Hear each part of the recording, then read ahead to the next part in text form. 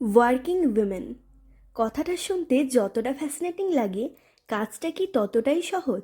নিজের বাড়ির কাজ কমপ্লিট করে নিজের বিজনেস হ্যান্ডেল করা, দেন ফ্যামিলিকে টাইম দেওয়া, সকলের মন মতন চলা, সমস্ত কিছু কমপ্লিট করে নিজের প্রতি টাইমটা যেন অনেকটাই কমে যায়।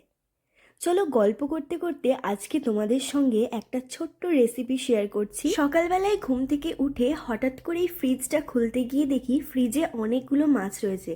তাই ভাবলাম আজকে লাঞ্চের মেনুগুলোর সঙ্গে এক্সট্রা কিছু একটা অ্যাড করা যাক। তাই চটপট অল্প একটু পেঁয়াজ এবং কাঁচা লঙ্কা কুচিয়ে রেখে দিলাম। সঙ্গে মাছগুলোকে এখন তেলের মধ্যে ভেজে নিচ্ছি।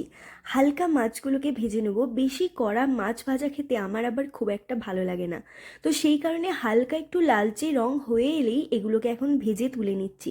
আর কড়াইয়ের মধ্যে যেহেতু অনেকটা তেল ছিল, তাই তেলটাকে একটুখানি কমিয়ে নিলাম।